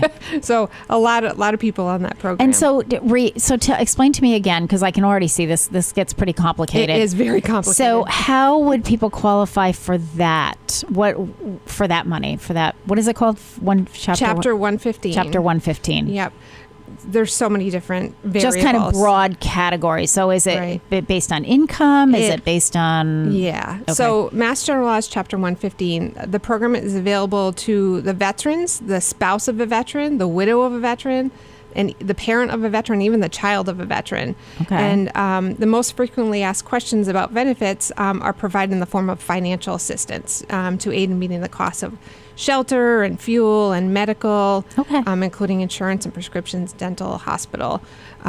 That's okay. Yeah, but everybody's different. You know, out of those 88, there's no case that's and the same. is everyone, because they're all different, is everyone getting a different amount? Exactly. Yes, of course. Yep. Yeah, exactly. Yeah, no cookie cutter thing here. Okay. No. And so, how would people find out if they would be eligible for those? They need to come into our office. Okay. Yeah, they need to come in, and we're located at the Senior Center, which is very convenient, beautiful building.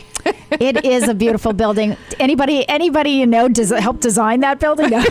It's a great building. It's accessible, and the reason that Veterans was moved over there from City Hall initially was because, as you mentioned, Julie, a lot of your veterans that you're providing services for are older adults. Yes.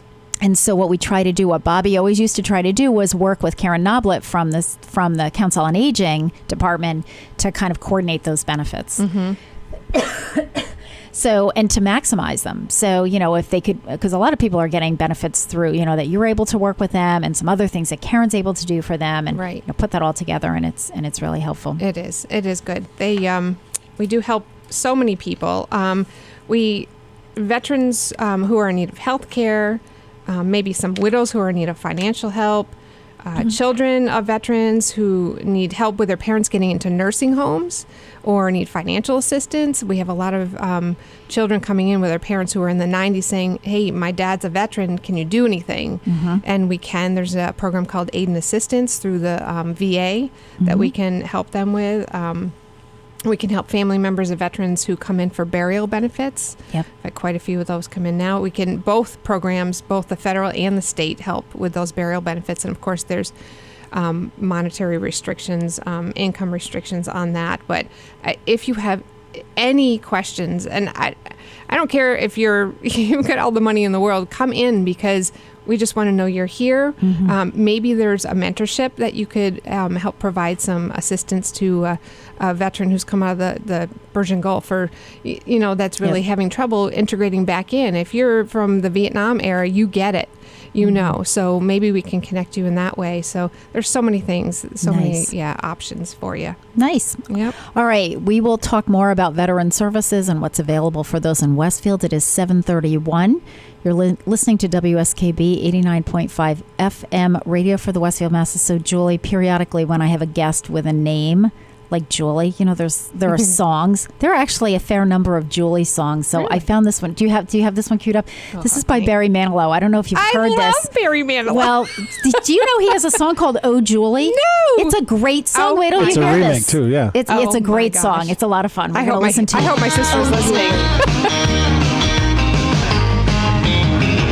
Whoa, whoa, Julie, if you love me truly, do you want me truly to be your very own? Julie, won't you hold me? Julie, don't be lonely, 'cause I want you only to be my very own. Baby, don't leave me, honey, don't breathe.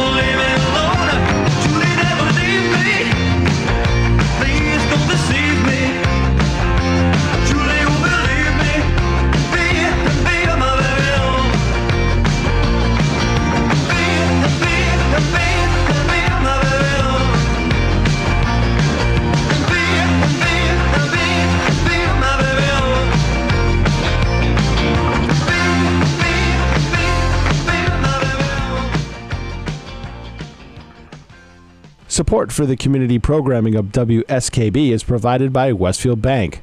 For more than 160 years, Westfield Bank has been an important community presence and commercial leader in the Pioneer Valley. With convenient full banking services in Westfield, West Springfield, East Longmeadow, Agawam, Feeding Hills, Springfield, Southwick, as well as Enfield and Granby, Connecticut, visit us on the web at westfieldbank.org. We thank the generosity of our underwriters. For more information, please contact the Westfield State Foundation at 413-572-8646. Discussions of local politics, events, happenings, and miscellany potpourri. Ken's Den, Tuesday, 8 to 10. Live from the campus of Westfield State University, this is 89.5 FM, WSKB, Westfield. Good morning, Westfield. It is 7:35. You're listening to WSKB 89.5 FM radio for the Westfield masses. My name is Tina Gorman. I'm your Wake Up Wednesday host.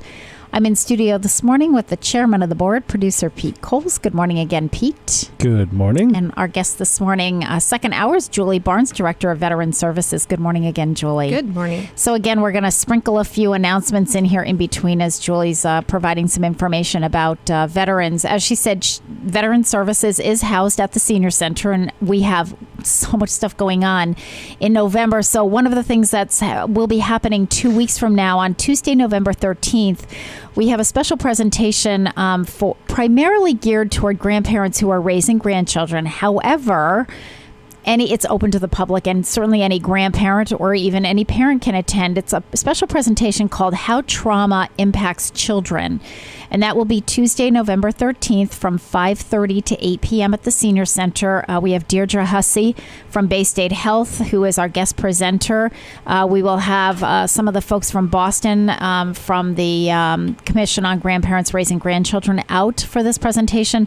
They're doing, the commission is doing a variety of workshops and presentations throughout the state.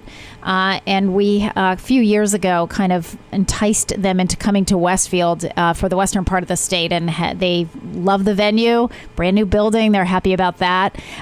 So anyway, they will be here. You can sign up at the greeter's desk, or you can call us at the Senior Center at 562-6435, and we will have childcare available on site for those who are registered. So if you just let us know, usually when you call in, we'll ask just how old your grandchildren are if you're bringing children. But we do have some retired teachers who help us out with childcare. And of course, Westfield has a grandparents raising grandchildren support group. They meet generally on the second Tuesday of the month. So this is actually replacing that meeting over at the Baptist Church on Elm Street. And Maureen Vittorelli and Kathy Fry and Pam Darty have been coordinating that group for many years now. So this special presentation, How Trauma Impacts Children, will be Tuesday, November 13th. And then to kind of bring it back to my guest, Julie Barnes, we have on Sunday, November 18th at 2 p.m. We're really excited about this. We're going to do our annual tree lighting ceremony.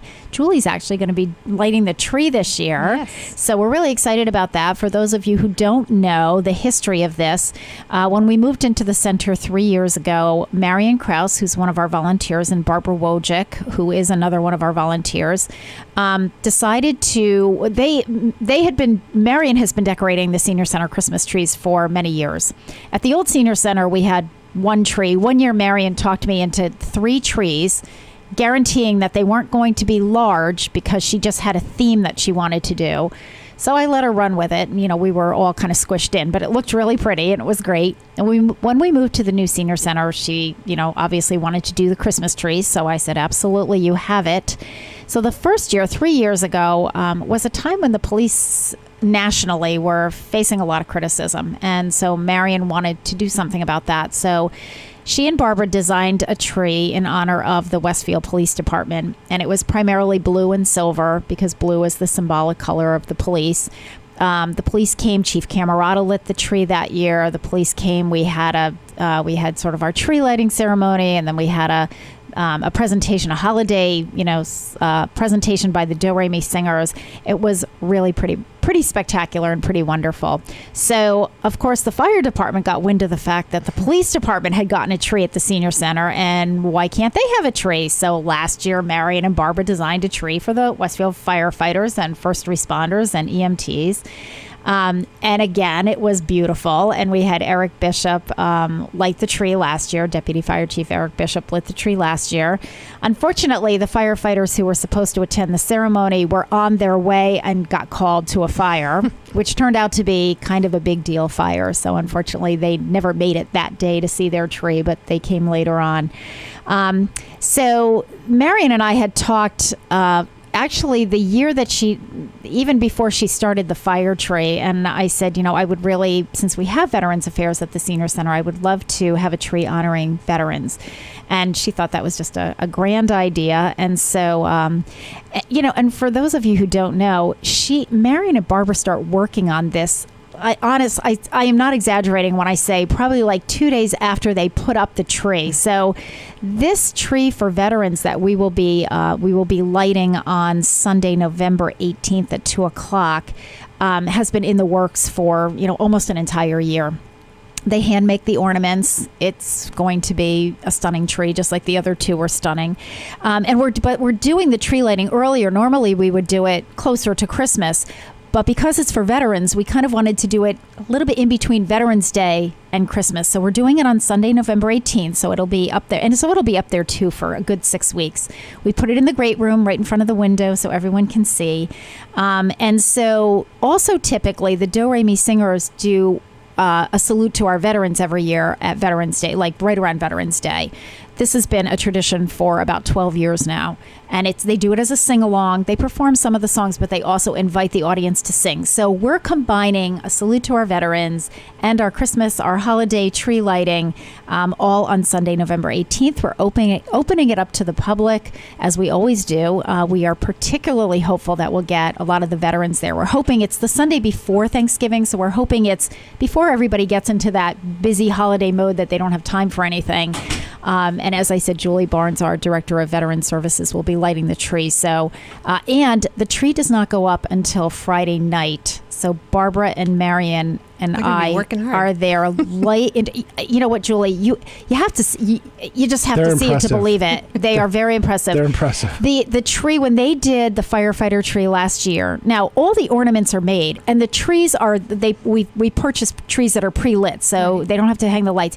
5 hours. It took them to put all the decorations on and place them exactly the way they want. I mean, it is a work of art by the time they're done. Yeah, they are pretty. But nobody is allowed to see them until, the finished product.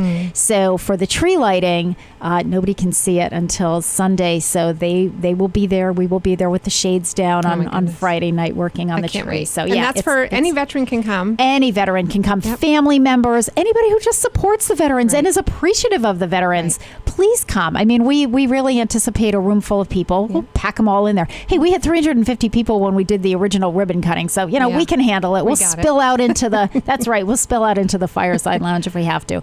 So Julie Barnes is my guest, Director of Veterans Affairs here for the city of Westfield, and I'm going to tell you right now. I already learned something because I didn't realize that each city and town in the Commonwealth has its own veteran services. Yep. But that's different than the VA, which is it's not federal. But the stories I hear about the VA, it's like, the paperwork and everything is daunting. But it sounds like one of your roles is to kind of help people navigate that. Right. Maybe help them with some of that paperwork. It can be so confusing, especially if the majority of it, people helping their parents get these services. So the great thing is we got James in the office. Thank the Lord James is in the office. I said, you could never win. He was putting in for that lottery ticket, and I said, if you win, you can't leave. Well, that's right. You can win. You can win, and you can live high on the hog, but you're still going to work every day. Every day. Now, what does James do, and what do you? What's the difference between what you do and what James does? So James works with the VA. He handles all the federal, the compensation and the pension through the VA, and there's a lot that goes into that. So the federal program, which assists veterans and their surviving spouses and children, they can apply for VA compensation or disability or VA pension. Now, the VA pension program, that's asset and income driven. well, VA compensation or disability is directly linked to medical disability that they received while in military service. Okay, so it had to be the result of military right, something service. that happened when they were in the military. Okay. They fell off a truck, they hurt their knee, they come in now and say, like, I need a knee replacement because this happened. They have to submit the paperwork. So they go to James.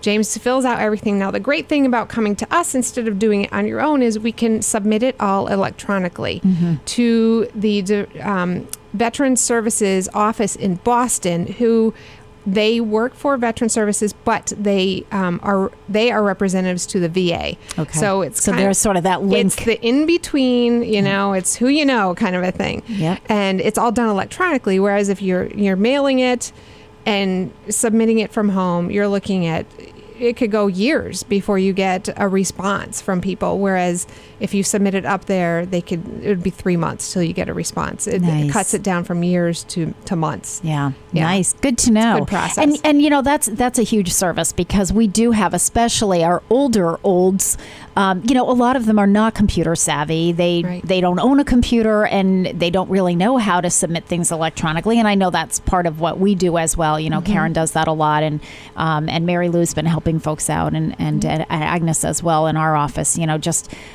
Just to get things, speed things up a little bit, as you said. Yeah, and you can do it paper and pen, but there's no reason to come in and see us. We'll help you, and then whenever you get a letter in the mail, bring it into us. We'll upload it. So not only are you just able to submit things, we'll have that electronic file. So if something happens and the veteran passes away, the kids can come in and we got it on file. Everything's all set. We'll get your burial benefits one way or another. And when are you and James in the office? Because people do ask us that as well. Are they down there in vets? And I just usually run down the hall and say, "Yep, the light's on. Somebody's in there." Those lights, right? I know. You have to be walking in the area for them to go on. So we could be there with the lights off. Yeah. But James comes in between 7:30 and 8 in the morning, and I stay till 4. But generally, the office hours 8 to 4, Monday through Friday. And however, I will tell you, if we don't unlock the senior center till 8:30, so if you come at 8, you'll be knocking on the door and hoping that one of my staff sees you, because the seniors, or call the office. James will come open the door for you. Yes, that's true too. James will, if you call the office. So the senior center hours are 8:30 to 4:30, and generally people, they generally come at those times. Yeah. Okay. Yeah. All right. It is 7:46. You're listening to WSKB 89.5 FM radio for the Westfield masses. We're going to take our final break. And this one, I chose Pentatonics, which is one of Pete's favorite a cappella groups, and they're going to be singing My Country 'Tis of Thee in honor of our vets.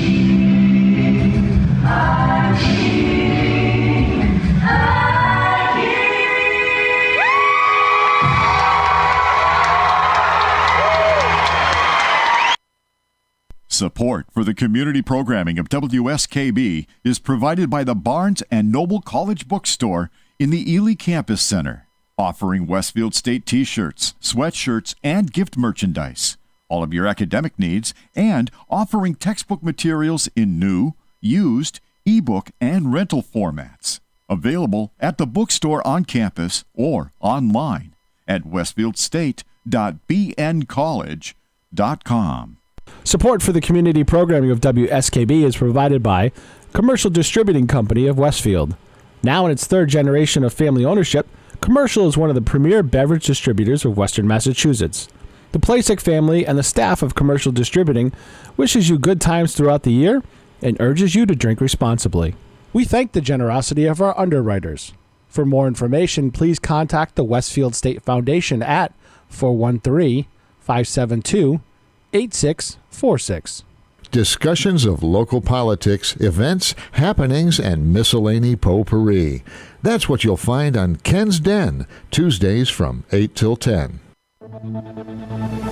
Live from the campus of Westfield State University, this is 89.5 FM, WSKB, Westfield. Good morning, Westfield. It is 7:50. You're listening to WSKB 89.5 FM, radio for the Westfield masses. My name is Tina Gorman. I'm your Wake Up Wednesday host. I'm in studio this morning with the chairman of the board, producer Pete Coles. Good morning again, Pete. Good morning. And my guest this morning is Julie Barnes, Director of Veteran Services. Good morning again, Julie. Good morning. By the way, for those of you who are wondering, it was like 29 degrees this morning. It's chilly out there, so just dress appropriately. It's supposed to be warm though, right? Yeah, well, I don't know. I'm hearing low 50s, so yeah, low to mid it's not 50s. bad. Yeah, low to mid 50s. That's it. Yes, Well, I it is know. I'll take it this time of year. I know. Yeah, it is. I know. What Yeah, should we right. expect? But it is Halloween, and so just remember to please be safe with your children tonight or your grandchildren if you're going out with them, and dress warmly. So Julie's talking about services available to Westfield veterans. We've talked about some of the services, some of the programs, and a little bit about eligibility requirements. If someone is receiving financial assistance, Julie, how long could they expect to receive that? Is that forever? Is it for 1 year? Is it a one-shot deal? How does that work?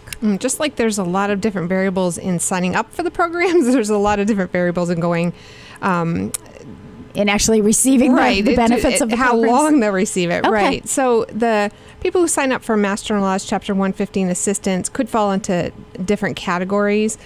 For instance, a recipient who's not totally or permanently disabled or who might not be retired would be expected to seek full-time employment. We're not just a charity. We're not a charity. Right, you know? right. We're here right. to assist people who live in Westfield. We help these certain veterans, the ones who should be seeking full-time employment, for a brief time while they secure a job, and we provide an employment plan for them. We Nice. hook them up with Vets Inc. In Springfield. There's the Vet Center West Springfield. There's a lot of resources that are out there that we can connect these veterans to help them move on with their lives. It's not just, oh, here, you're a veteran, here's money for the rest of your life. That's not what we do. Okay. There's also recipients who are totally and permanently disabled due to something that happened to them in the military. Maybe someone who is retired. We've got a lot of people who are elderly, who are 80, 90 years old, on a very low fixed income, very low. I had no idea how low income some people have. Oh, It's yes. scary. So they could find themselves in a financial situation where they're on these benefits indefinitely. Okay. And for those folks, they need it. They really, really need it. Kind of blew my mind when I saw some of this stuff.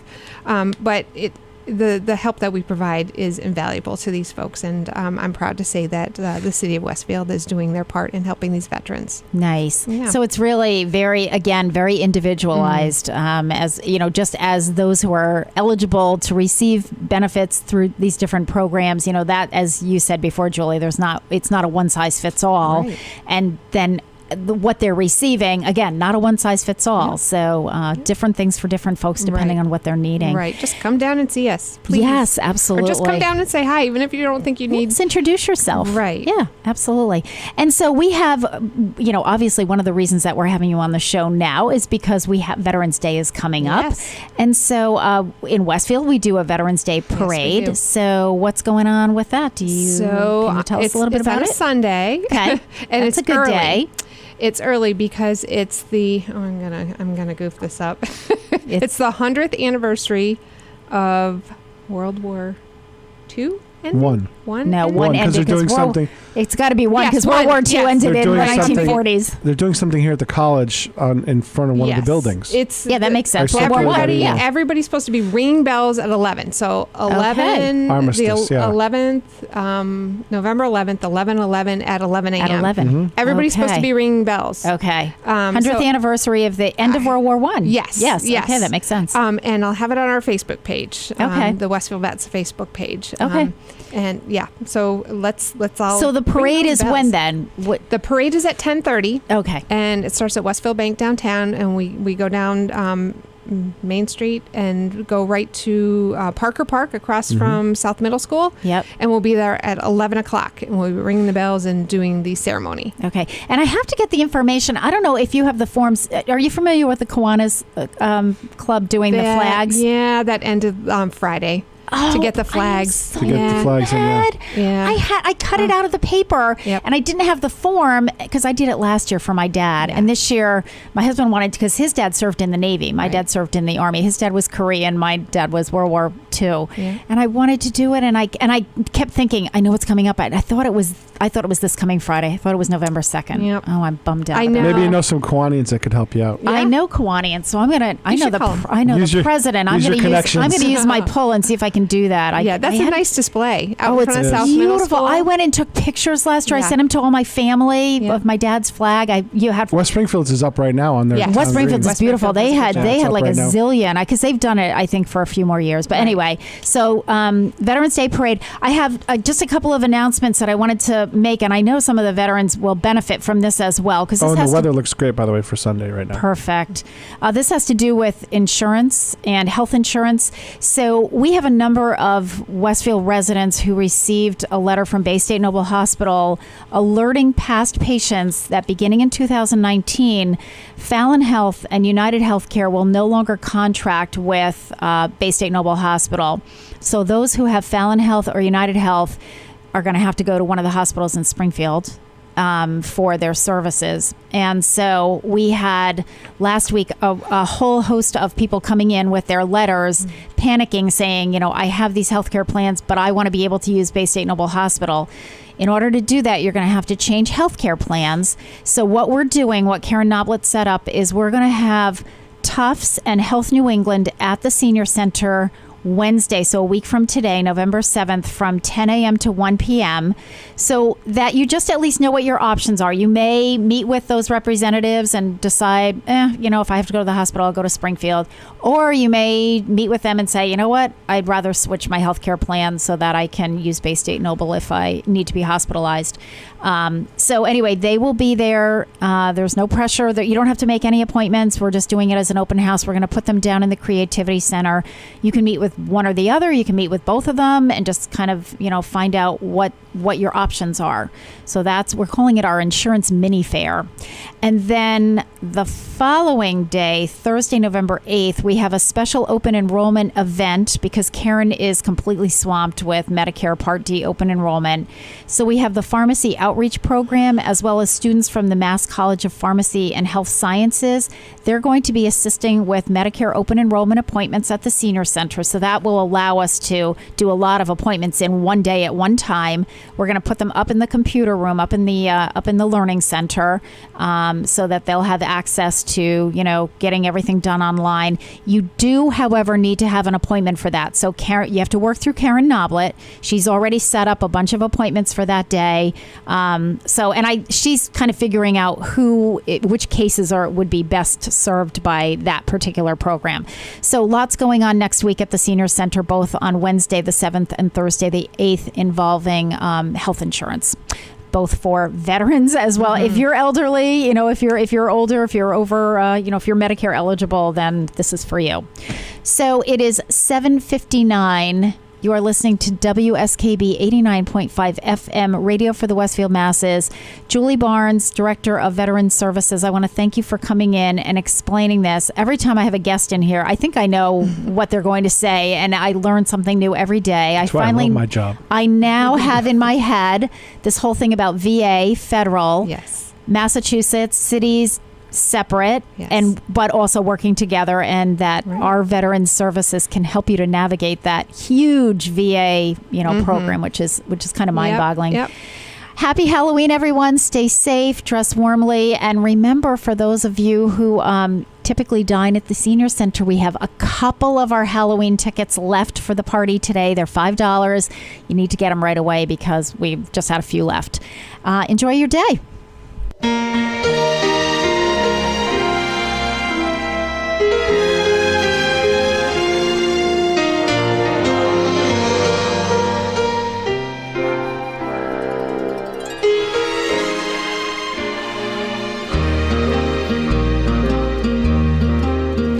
Happy trails to you until we meet again. Happy trails to you. Keep smiling until then. Who cares about the clouds if we're together? Just sing a song and bring the sunny weather. Happy trails to you till we meet again. Some trails are happy ones, Others are blue. it's the way you ride the trail that counts. Here's a happy one for you. Happy trails to you until we meet again. Happy trails to you. Keep smiling until then. Who cares about the clouds if we're together? Just sing a song and bring the sunny weather. Happy trails to you till we meet